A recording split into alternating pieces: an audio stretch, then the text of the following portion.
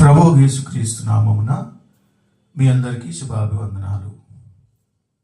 అనుదిన ఆత్మీయ ఆహారం అనే ఈ కార్యక్రమానికి బరాకా చర్చ్ తరపు నుండి మీ అందరినీ ప్రేమపూర్వకంగా ఆహ్వానిస్తున్నాను.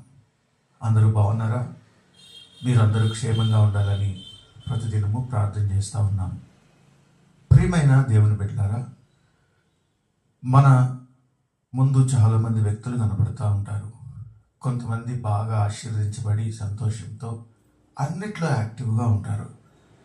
కొంతమంది ఎప్పుడు దిగులుతో విచారంతో నాకేం లేదు, వాడికి అది ఉంది ఇది ఉంది, నాకైతే ఏమి లేదు అని దిగులు పడుతూ ఎప్పుడూ అసహనంగా ఉంటారు. ప్రియమైన దేవుని బిడ్డలారా, మన దేవుడు అందరినీ సమానంగా చూసేటువంటి దేవుడు.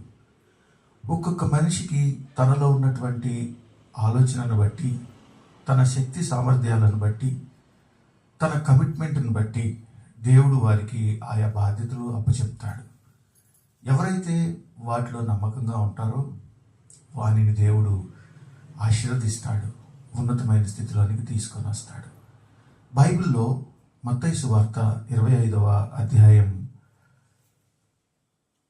29వ వచనం చదువుదాం.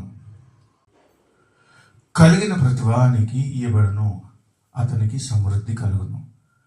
లేని వాని యొద్ద నుండి వానికి కలిగినది తీసివేయబడును. నిజమే, దేవుడు మనకిచ్చిన దాన్ని దేవుని చేతిలో పెట్టి ఆయన ఏ విధంగా మనల్ని కోరుకున్నాడో ఆ విధంగా మనం ఉంటే దేవుడు ఇంకా గొప్ప దీవెనలు మనకిస్తాడు. ఇక్కడ యజమానుడు దూర ప్రాంతానికి వెళుతూ తన దాసులను పిలిచి ఒకనికి 5 తలాంతులు, మరొకరికి 2 తలాంతులు, మరొకరికి 1 తలాంతు ఇచ్చినట్లుగా చూస్తాం. 5 తలాంతులు ఇచ్చిన వాడు కష్టపడి సంపాదించి మరలా 5 తలాంతులు తయారు చేశాడు. 2 తలాంతులు ఇచ్చినవాడు మరలా 2 తలాంతులు తయారు చేశాడు. 1 తలాంతు తీసుకున్నవాడు మాత్రం ఏమీ ఆలోచన చేయకుండా యజమానుడి మీద కోపంతో దాన్ని తీసుకెళ్లి భూమిలో దాచిపెట్టాడు. తలాంతుల వాడు 5 ఇచ్చాడు, 2 తలాంతుల వాడు 2 ఇచ్చాడు.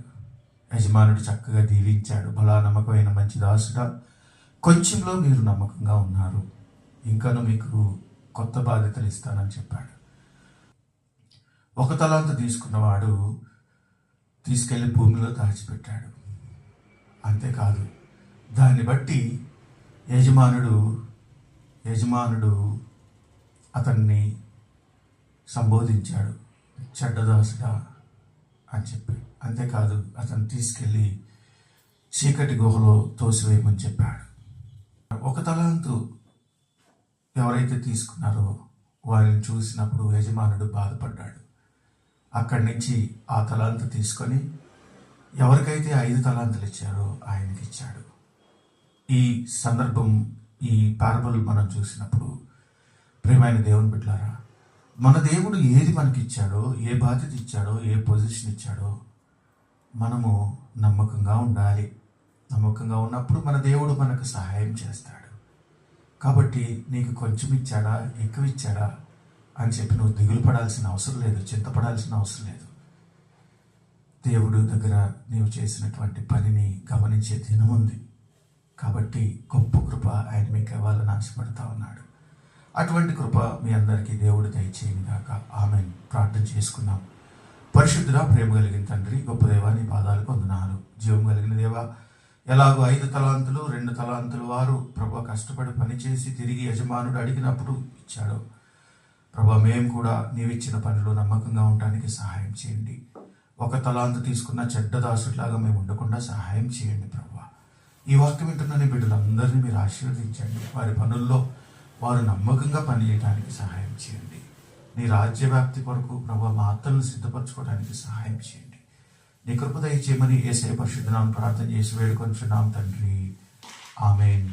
ఇప్పుడు మన తండ్రి అయిన దేవుని ప్రేమ, కుమారుని సహవాసము, పరిశుద్ధాత్మతోడు సదాకాలం మీకు తోడుగా ఉండి నడిపించి ఆశీర్వదించును గాక. ప్రియమైన దేవుని బిడ్డలారా, గమనించండి, ఈ కింద స్క్రోల్ అవుతున్న నంబర్కు మీ ప్రార్థన అవసరం తెలియచేయండి. ఈ వీడియోను లైక్ చేయండి, షేర్ చేయండి, కామెంట్ చేయండి. అందరికీ ధన్యవాదాలు. ఆమేన్. Thank you.